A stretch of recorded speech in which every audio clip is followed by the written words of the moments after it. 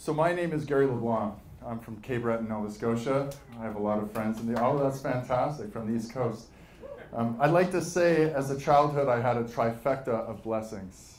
I had an incessant stutter, I had big ears, and I had OCD-fueled anxiety. So essentially, I really had a tough role as a kid. I remember when I was a kid, you know, in school, now maybe I'm dating myself, but back when I went to school, we used to have to read paragraphs in class, and I would always count how many kids were ahead of me, and I would focus on that first letter.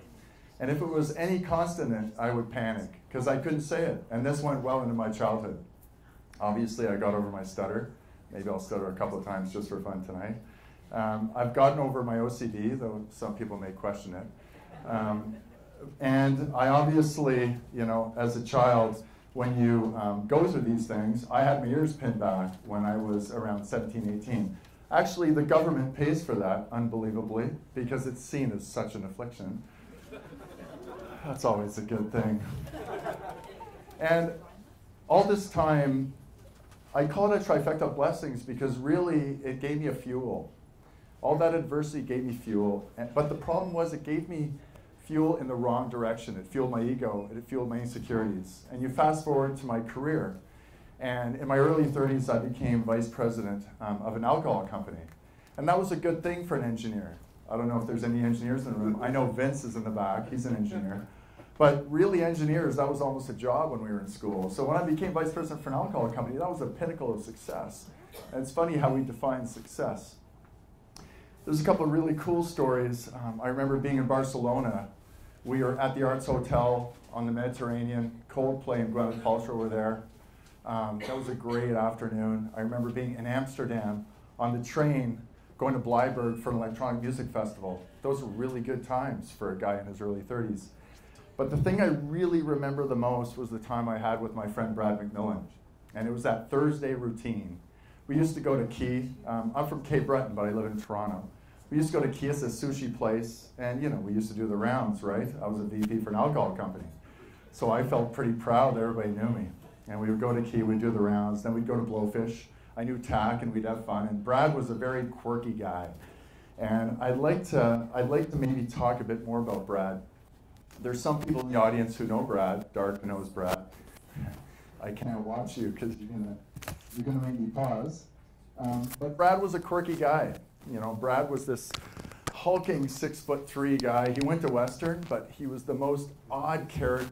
He would say the most inappropriate things. He really didn't think through anything, but he was the best guy. And he passed away 7 years ago. And 3 years of that, before he passed away, was battling lymphoma, non-Hodgkin's lymphoma. And battle he did through the transfusions, through getting his lungs tapped, through the rounds of chemo, and he went through bad chemo. This was 3 years of battling, and especially during the last 3 weeks after his stem cell transplant. I remember one story. I was flying to Geneva. It sounds like I had a really sexy life, but it wasn't that sexy. But I figured I had a few days because Brad had his stem cell transplant. And things seemed to be going well. So I flew to Geneva, and I expected to be back in a couple of days.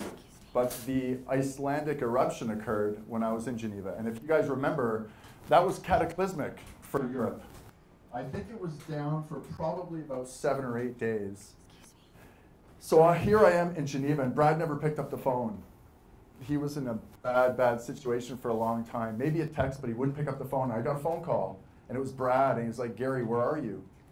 Now, the morphine really takes a hold of your brain later in that series of events for a cancer patient. And he was fairly delusional, and he didn't know why I wasn't there because I spent a lot of time with Brad at the end. So what happened was I told Brad, you know, Brad, I had to go to Geneva. I was supposed to come back. There was the volcanic eruption. All of that was fairly futile because he wouldn't remember it anyway. And I was panicking, so my assistant tried to get me across the world to go through Russia, but obviously flights weren't leaving. So I actually tried to get on a boat. I know that sounds stupid, but trust me, we thought we were going to be stuck there for 4 weeks. So I was thinking, you know what, I'll do anything to get home. I find this small sliver and I get home on an Amsterdam flight with KLM, and I walk to the hospital, and Brad's walking down the hallway with his IV bag. So things are going better now. 3 days later, Brad passed away. And 2 days before Brad passed away, 2 days before Brad passed away, he said the only thing he wished for was to have one more healthy day. He didn't have the memory of what it felt like to have one healthy day. And Brad's tragedy fueled another pursuit of mine, and that was when I started my company. My company, Ikuma. Ikuma means fire in Inuit, so it's all about rejuvenation, really a tribute to Brad. And things were crazy for a while. This was back in January 2013.